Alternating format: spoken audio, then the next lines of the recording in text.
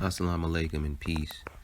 I've been checking out this, what is it, Mad Mamluks podcast. I checked out a few episodes. It's cool. I'm not really feeling it all that much though, but it's decent to a certain degree. But it just has a lot of things that I'm not feeling. It's just kind of corny, honestly. But you know, they had this episode on there about with Sheikh Rios, and they were talking about white supremacy, white privilege. They were talking about LGBT and all of that. And actually, they were talking about LGBT stuff at first, and then it delved into white supremacy, which was not amazing to me because all that stuff is connected anyway. But that was a pretty decent episode because it exposed a lot from the host side, who had, things they were saying which kind of exposed them a little bit. And then from Sheikh Rios' side, he was showing how he understands what white supremacy is, what white privilege is, and he was exposing that. And it was a very eye-opening podcast episode. It was episode 161 of the Mad Mamluks, if you want to check it out. But so I was looking around, watching it on YouTube, and then I see on the side that some guy named Sajid Lipham, he's a white Muslim, he did a reaction to this episode. It was entitled White Privilege in Islam. And I just wanted to play some of his stuff and then break it down, because what he's saying, it sounds like he's the type of person that Sheikh Rios was talking about. Now, he may not be racist, he may not be a white supremacist, but you can tell when I'm listening to this, when you listen to this and you hear how I break it down, you can tell that it seems like his own white privilege is being attacked and he doesn't like it. That's what it sounds like. So we're just not going to waste any time. We're going to get into it. You might hear a little, fluff ringing with the microphone because I got to get this close to the mic. But I just want you to hear this, and we're going to try to break it down point by point. Okay? And I'll put the link to his video in the description. So let's play.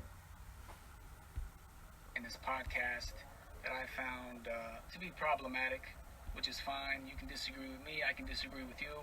It's nothing personal, but I think at the end of the day, as Muslim brothers, we should all be able to sort of express our own perspectives and ideas.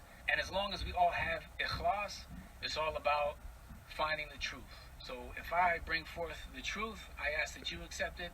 If you bring forth the truth, then I ask that Allah guide me to accept it.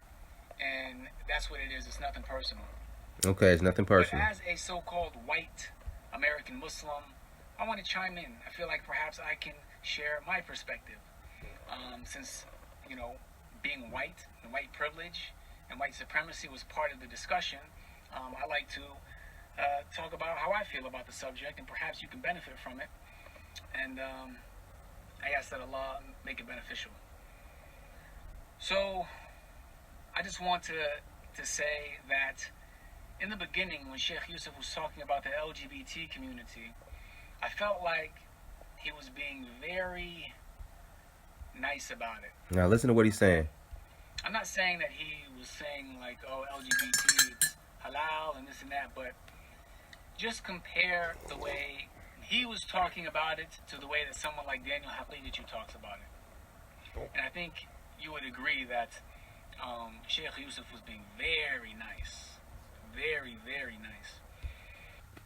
Okay. Now, one of the first points he brings up is that Sheikh Rio seemed to go hard on white supremacy and soft on LGBT. See, right off the bat, your white privilege is being hurt, so you're defending it.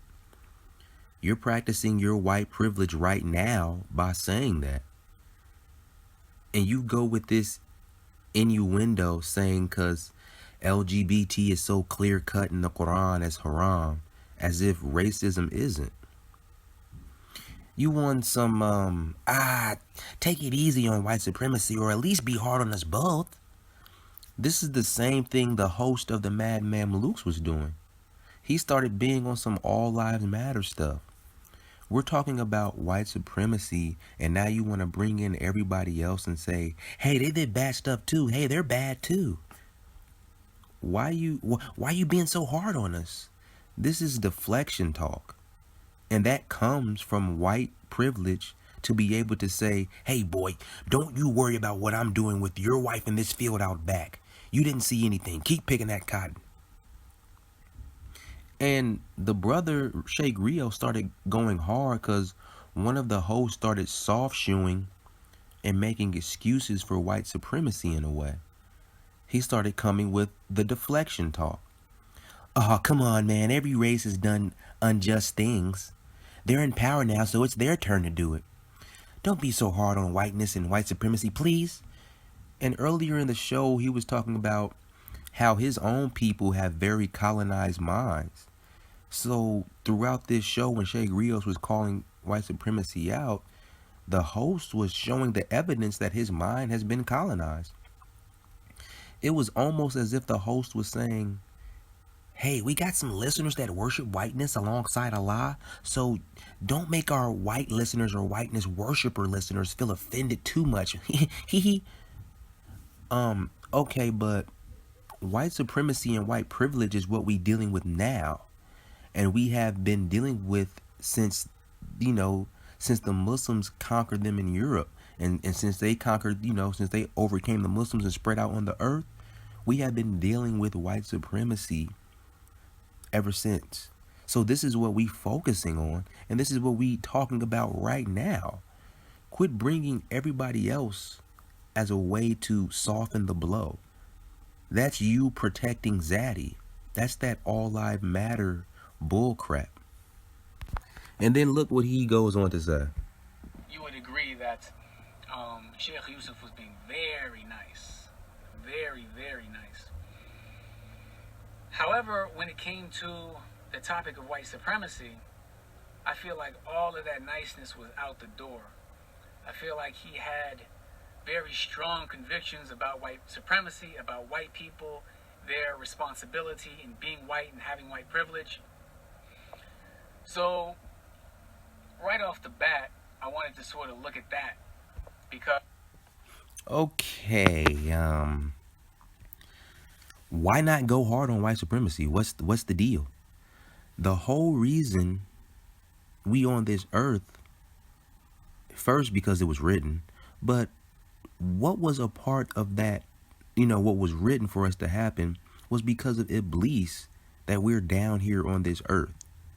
All because of Iblis's, Shaitan, Satan's racism. That's what set this whole thing off. That's what set us being in the life of this world, set it off.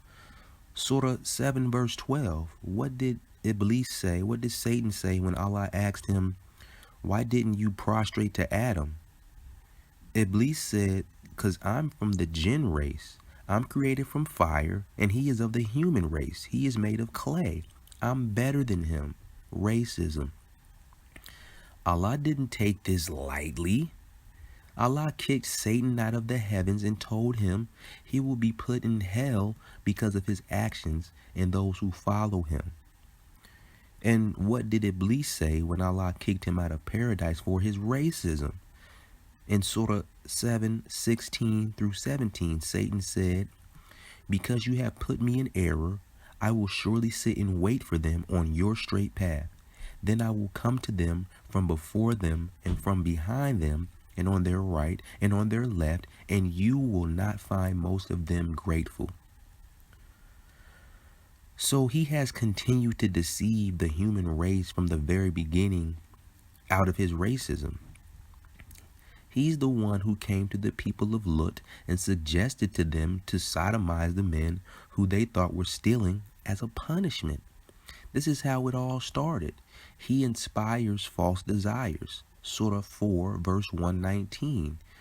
He said, and I will mislead them, and I will arouse in them sinful desires, and I will command them so they will slit the ears of cattle, and I will command them so they will change the creation of Allah. And whoever takes Satan as an ally instead of Allah has certainly sustained a clear loss. Racism and white supremacy is one of Satan's favorite tools because he did it first. I'm better than him. Who is pushing this LGBT stuff? It's the white liberals. And both arms of the political party are white supremacists. So it's white supremacists pushing this as a means of what? As a means of population control. Also, the LGBT is very anti-heterosexual black male. It's just another arm of white supremacy. So white supremacy still smacks you right in the face again. So you can't avoid it either way. It's the big elephant in the room. What you're inferring is, don't mind this big old elephant in the room. You know, I'm yelling at you about this huge animal taking up space in my room, and you're telling me, man, you worrying too much about that. Look at this cat in the corner. That's really the problem. Now let's go on to listen to what else he says, to what Sajid Lipham says. So, right off the bat, I wanted to sort of look at that, because as Muslims, at the end of the day, number one, the Quran and Sunnah is the foundation. That's where we get our source of right and wrong from. When Allah and His Messenger decide on a matter, there's no room for discussion and debate. We accept it. And the topic of LGBT, I mean, there's no debate. Okay. There's no difference of opinion. And Sheikh Rio said it was haram. Clearly, okay. Islam. And when it comes to white supremacy, I would like Sheikh Yusuf or somebody to bring forth some proof from the Quran and Sunnah where this sort of issue is clearly addressed specifically. Whoa, hold up. See, let's go back and listen to that part. Let's go back and listen to that part, because we got a lot of banging in the background. People are fixing stuff in the apartment next to me, so let's hear that part again. Sheikh Yusuf or somebody to bring forth some proof from the Quran and Sunnah where this sort of issue is clearly addressed specifically. Talking about white supremacy. Because as Brother Sim of the Mad Mamluks was bringing up, racism, it's... Okay, that's weird that he says that. See, you go on to say, bring forth evidence that racism is addressed specifically in the Quran and Sunnah. Why are you even asking that question? It seems like, are you serious? Okay. Well, I just talked about Iblis on his racism. Then you have Pharaoh oppressing the children of Israel. That's oppression and supremacy based on lineage and ethnicity. You know, this can be applied to white supremacy. Or what about the Hadith in Bukhari and Muslim, where a companion called Bilal, the son of a black woman, and the Prophet became extremely upset and told him, you still have ignorance in you. And then the man went back and begged Bilal for his forgiveness and put his face on the ground and told Bilal to step on it. That's how willing this companion was to give up his racist statement and to be repentant of it. Are you willing to give up your white privilege? Or what about the farewell pilgrimage speech where the Prophet told us that no race is better than the other? What makes you better is your taqwa, your piety, your righteousness. That's what makes you better. Or the other hadith of obeying your Muslim ruler even if he's a black man. Then the Quran is against oppression as well. And white supremacy is oppression. So we have clear-cut evidence from Quran and Sunnah. So what are you talking about?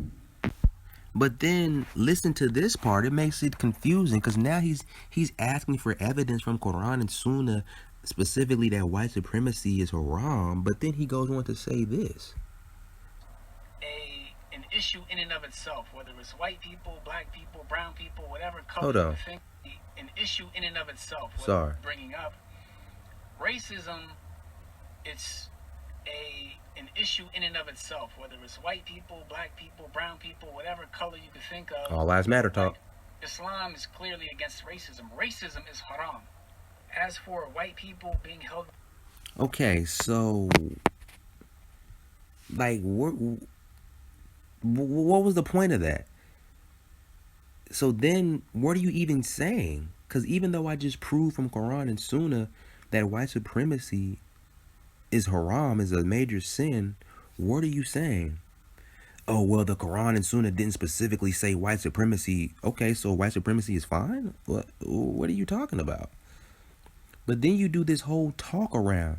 You ask for clear-cut proof about white supremacy, but then say it's clear that racism is haram. Dude, so that means white supremacy is haram because white supremacy is the racism. You just put your foot in your own mouth. White supremacy is based off of racism, and it's the true racism.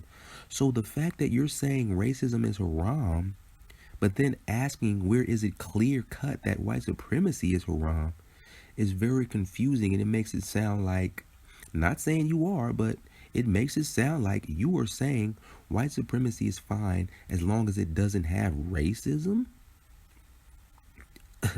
Islam is about justice and righteousness. Islam is about justice supremacy, righteousness supremacy, not about a certain race supremacy. Now let's see what else he goes on to say here. Responsible for the atrocities Hold on, that y'all. other... Islam is clearly against racism. Racism is haram. As for white people being held responsible for the atrocities that other white people committed in the past, please bring forth some evidence from the Quran and Sunnah that that is the case. Because to my understanding, it's the opposite. To my understanding, nobody is going to be held accountable for the acts of someone else. Everyone is going to be held accountable for themselves. And Allah is the most just. So just to mention... Okay, Sajid, I'll kind of give you that. Yeah, I'll kind of give you that. You know, so he says, as for white people being responsible for the atrocities that happened in the past, please bring forth some evidences from the Quran and Sunnah if that is the case. Now, I don't think Sheikh Rios was trying to say that all white people are responsible for all of the atrocities that happened in the past. I think he was referring to specifically the white supremacists and those who agree with that type of stuff. But, you know, even if you're a white supremacist and you agree with all of those things, because we got to keep these niggers in check. If you agree with all of that white supremacist talk and you're a white supremacist yourself, some of that dust of the atrocities of the past is on you because you have agreed to it. You have agreed to that form of oppression. So some of that dust in the past is on you. But certainly what goes on from that point on of you agreeing with white supremacy, some of the atrocities that happen from then on, they're on you as too. Because you're responsible for keeping the system going. So it's like if you deny the Prophet Muhammad, peace be upon him, as a prophet, you're responsible for denying all the prophets, even though you weren't in the past back then. You weren't in the past back in Musa's time. But if you deny the Prophet Muhammad, peace be upon him, then you have denied Musa. You have denied Ibrahim. You have denied Isa. So and like I said, the brother Sheikh Rios was making the point of saying you're responsible in the sense of you're a part of the continuing of the atrocities. Because you don't mind sharing in the benefits of these atrocities. And the way he showed which whites are basically, white supremacists is by asking them and talking to them about white privilege and the plight of black people. And are they willing to give up their white privilege to see that we are all equal? The ones who say, hell no, I ain't giving up my white privilege, then yes, you share in that collective because you are still carrying it on. So if you want to deny white supremacy and you don't want to give up your white privilege so you can bring justice to the globe, then you are responsible for the atrocities that continue to happen. And you are part of the collective of the atrocities that happened in the past. Because Allah, as Allah says in the Quran, their hearts are all alike. The Prophet said if you see a wrong, then you should change it with your hand. If not, than with your tongue. If not, then you should at least hate it in your heart, and that is the weakest of faith. So if a brother comes to you and you're showing that you don't even hate white supremacy even in your heart, he's asking you about it, and you saying, well, hey, show me in the Quran and Sunnah where white supremacy is clearly haram. Whoa, that's a problem, because you don't even hate oppression in your heart. Then when you also not willing to give up your white privilege for justice to be supreme, then again, that shows that yes, you are with them and you share the blame with them. What it sounds like you're trying to play both sides of the fence. You're saying, well, my white privilege shouldn't have to be given up because I didn't do all these atrocities in the past. But the fact that you're not willing to give it up for justice shows that you are a part of the collective, and some of that dust is on you because you are carrying on their ways. Now, if you were to say, I hate white supremacy, I hate racism, and yes, I'm willing to give up my white privilege so that we will have a system of justice, and then I try to say to you, nah, you white, you still responsible, you still a part of the white supremacy, then I'd be wrong. I would be wrong for doing that. Just like they take taxes out of our check to go bomb innocent people, the only thing I can do is speak out about how I don't like it and how I hate it in my heart. That absolves me from being responsible for the atrocities they commit. I mean, we can look at, in the Quran, we can look at the story of the those in the past who Allah told them they're not supposed to work on the Sabbath. And, you know, they were fishermen. So Allah told them don't work on the Sabbath. But to test them on the Sabbath day, Allah would make a whole gang of fish just start coming up out of the water. And they like, oh my God, look at all them fish. So what they did was they tried to be slick with Allah. And they say, well, hey, we going to set this net out Saturday or whenever before the day of Sabbath, so that when Sabbath does come and those fish start jumping out of the water, they'll jump into the net, and we're not working on Sabbath day. And then after Sabbath day, we'll go collect the net full of fish. So we're not working. So Allah was about to destroy them. Allah was sending the word out that he was going to destroy them for doing that because they think they slick. And so there were righteous people amongst them who were telling them, hey, you guys can't do this. This is trying to be funny and be slick with the words of Allah. Y'all cannot do this. And other people were asking them, why are you telling them about them being wrong when you know Allah is about to punish them anyway? And the righteous people replied, because so that we won't be a part of their atrocities, so that we won't be punished with them, so that we will be absolved of the crimes that they're committing.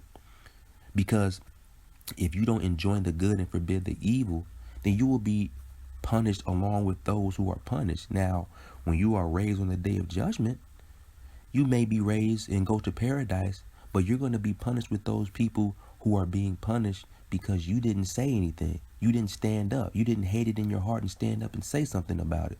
So this is the same thing. If you're not going to stand up and say something about it, or at least hate it in your heart, then you're going to be just as bad as them because you're carrying on the tradition. So like, if I'm saying, hey, I don't mind my taxes being used for bombing innocent people, or saying, hey, well, it's been like that, so I'm going to just accept it and not hate it in my heart or speak up, then yes, I'm responsible.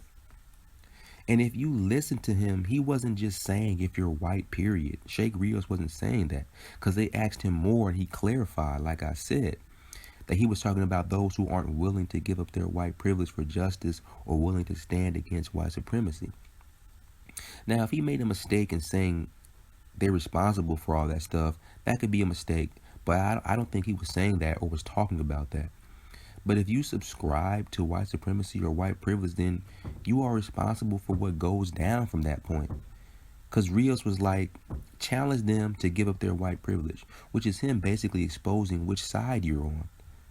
Now, you may say, well, hey, you're Muslim, so you're responsible for 9/11 because they were Muslim. No, it's not the same. White supremacy is a belief system like a religion on its own, and it works by everyone who subscribes to it, believing in its principles of them, remaining the dominant force of the globe. Killing innocent people is not a principle of Islam. So it's not something I believe in or have to believe in to be a part of Islam. So you can't say that in this instance. Now, if I were to subscribe to such a belief that such terrorists do, then yes, I would be a part of that collective, and some of that would be on me. This is what he's getting at. And if you listen, one of the hosts did agree with him when Sheikh Rios clarified. Some of his statements were aimed at the white supremacists amongst white people, and some were aimed at the average white person who knows about their white privilege. Okay, so then he starts mentioning some of the quotes. Let's listen in to him again, to Sajid Lipham. And Allah is the most just. So just to mention some of the quotes that Sheikh Rios mentioned, I took some notes. He says some things like, whites are responsible for global atrocities. That's the reality if you want to keep it like that. Whites are responsible for their privilege, and they're responsible for their place within the system.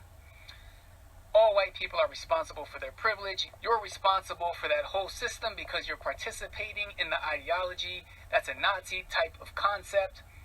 They need to accept that they're responsible for all these atrocities, challenge them to give up their privilege. White people are the only people that don't live as second-class citizens. So these are some of the quotes that Sheikh Rios was saying. So I would just like you to bring forth some proof, some evidence from the Quran and Sunnah that all these claims you're making are true. Because number one, the whole idea of white privilege, I mean, how does a white person measure that? Okay. So he's back to his explaining, and okay. So now you start saying his quotes, and then say bring evidence from Quran and Sunnah that white privilege is true. Again, white privilege is white supremacy, and we have already proven that white supremacy is haram from Quran and Sunnah. So the real question is, why are you trying to protect your white privilege? You're asking for proof from the Quran and Sunnah about a specific form of racism.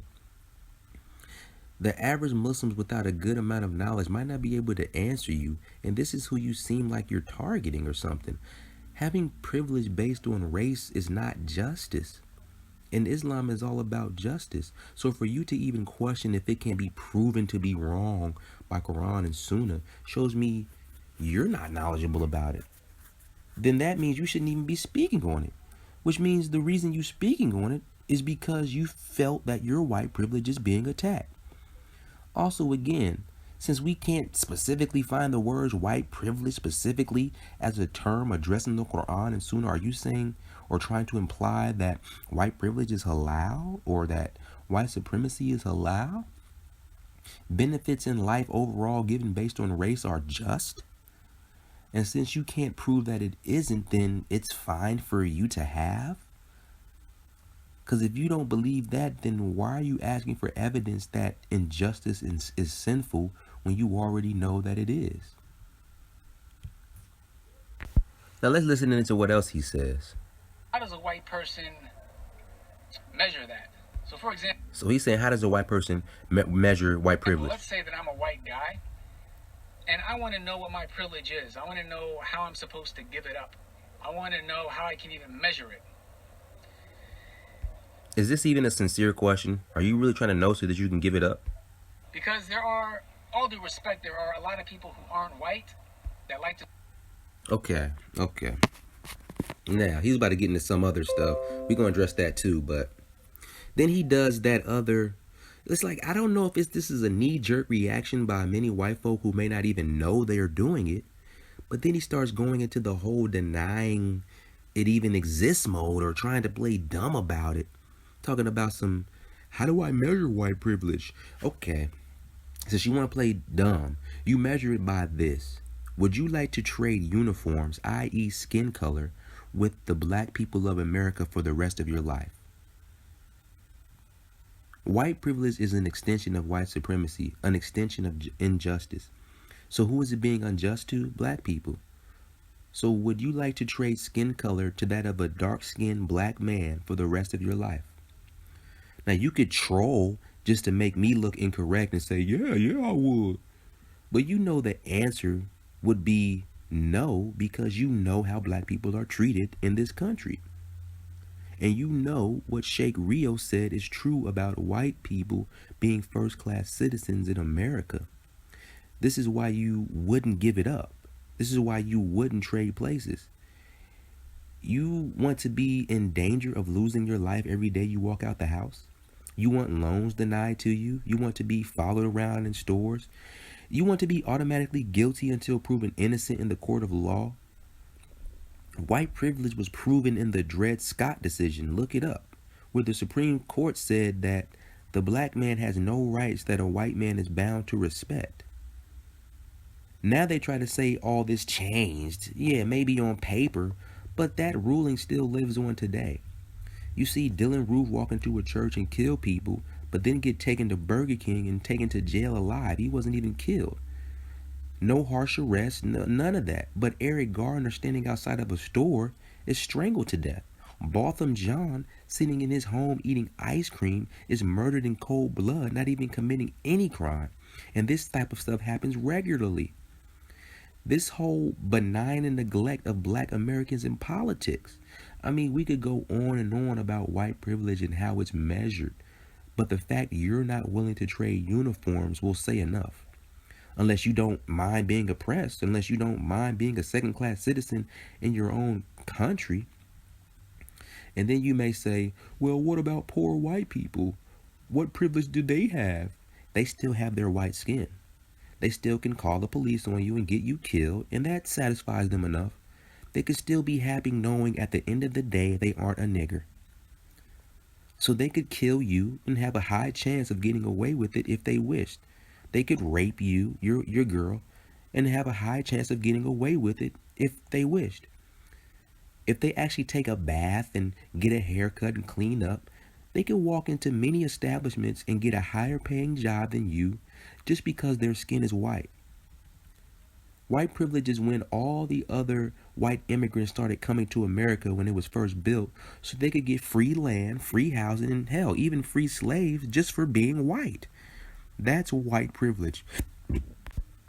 And then you ask, how can I give up my white privilege? And that's why I said, is this a sincere question or just a smart aleck question that you think someone won't be able to answer? So since they can't, then you having white privilege is fine and shouldn't have to be given up.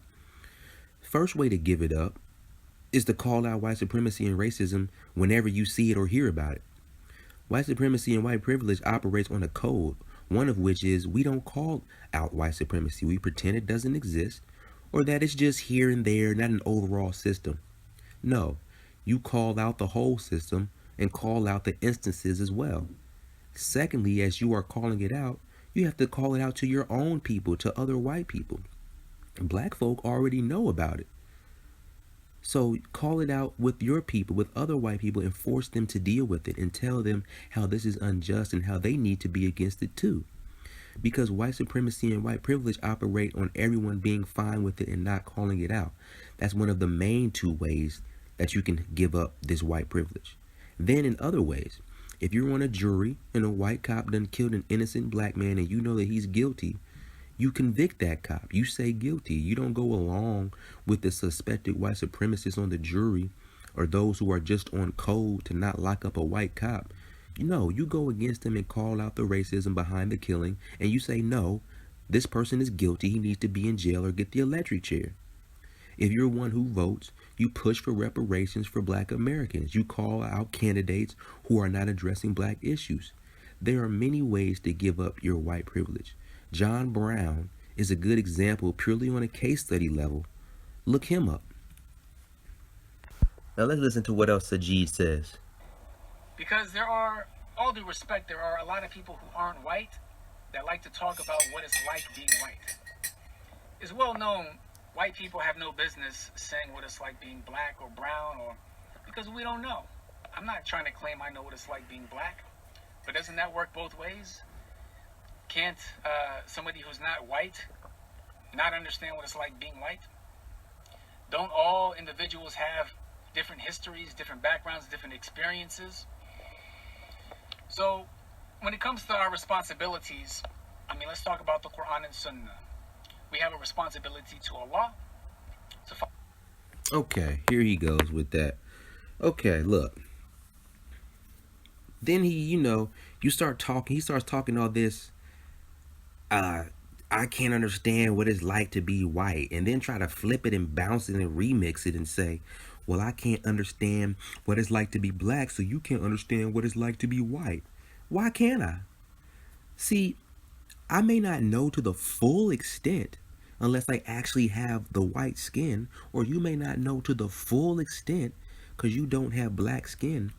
But the fact that you are arguing for your white privilege, and I say fact because the way you are asking questions is showing that you don't even think it's wrong to have such a thing as white privilege. So the fact that you're even questioning if it's wrong to have white privilege, that means you know you wouldn't want to trade places with a black person, which means you know to a certain extent what it's like to be black. All you have to do is look at history, and we both can understand to a certain extent what it's like to be the other race. So please stop with that. That is just a cop out. You're trying now to insult my intelligence or understanding. Saying basically, well, since you don't know what it's like to be white, then don't speak on white privilege. Just let it be. Just let it be what it is because you don't know. And since I don't know what it's like to be black, then hey, just stay being oppressed because I don't need to know.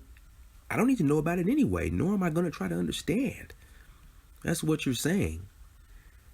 We got the whole term white privilege from black people seeing what it's like to be white. So stop, man.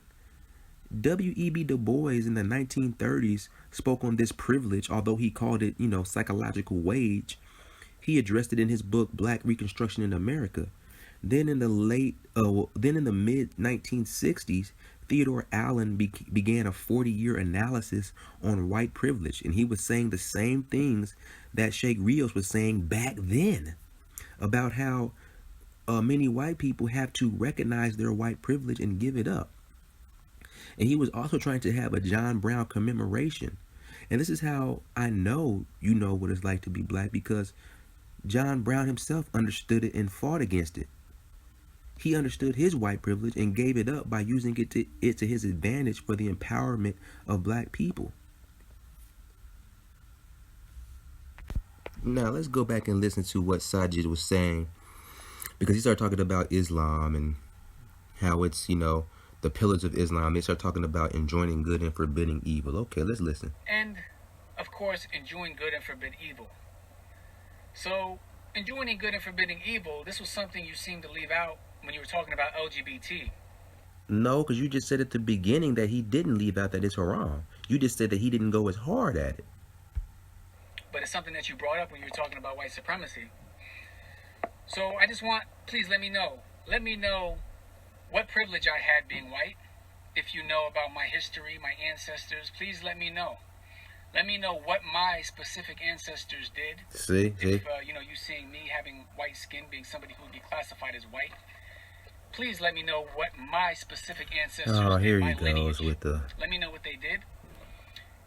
Let me know how I'm responsible for it according to the Quran and Sunnah. Let me know the privileges I've had in my life. If you're familiar with my life and what I've been through and what I've experienced and what I have had the privilege of benefiting from regarding my white skin. Because this is something I hear a lot. A lot of people think because I'm white, they know what I've been through and they know what sort of privilege that I have and certain things that are just handed to me on a platter. Let me know, please. No, okay, that's... Oh my God. Then at the end of this all, you try to take it on your individual level like many do, like DJ Vlad. Well, my parents were poor immigrants. We didn't own slaves or participate in slavery.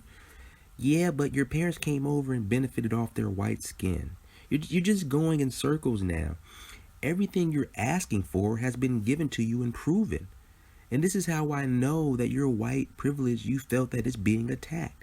Because then you start talking about how we don't know what you've been through and how we don't know your life. He just knows you have white skin. Now you're trying to make him look like the bad guy. And you're this, oh my God, he's trying to attack me. You're in your feelings because your privilege is being attacked. Rios was talking on a sociological level. Sociology is concerned with general, not specific. So don't try to flip it and bounce it and remix onto that now. And let's say you specifically have absolutely no white privilege, which I find extremely hard to believe, especially being a white Muslim, man. A lot of them Africans and immigrants will fall at your feet to throw you their daughters to marry them or to befriend you or give you money. So come on. But let's say you have absolutely no white privilege. Okay. That doesn't negate the truth of white privilege in general. And this is what a lot of people in the dominant society do when they are addressed about it. It becomes, well, it doesn't exist, or then it becomes, well, you don't know my life. My family didn't own slaves and blah, blah, blah, and all this stuff. I'm poor and I don't have it, all this stuff. No, it exists and we must address it. You're mad at Rios for not being hard on LGBT, but Rios did say it was wrong. You're mad at him for being more harsh on white supremacy, but then you say we are to enjoin good and forbid evil. Okay, so how about you go hard on the LGBT? How about you do that then, since that's something you feel is of a more pressing issue than white supremacy? Sheikh Rios don't feel that way. He feels white supremacy is a more pressing issue, so that's why he goes harder on that. So, and then he just, that's pretty much the end of his rant. But I just wanted to speak on that. So I'll be having this video up. I would like for you all to, look at his video, then listen to my video, post your comments. Don't forget to like, subscribe, and share. And that's pretty much it. Peace and assalamu alaikum.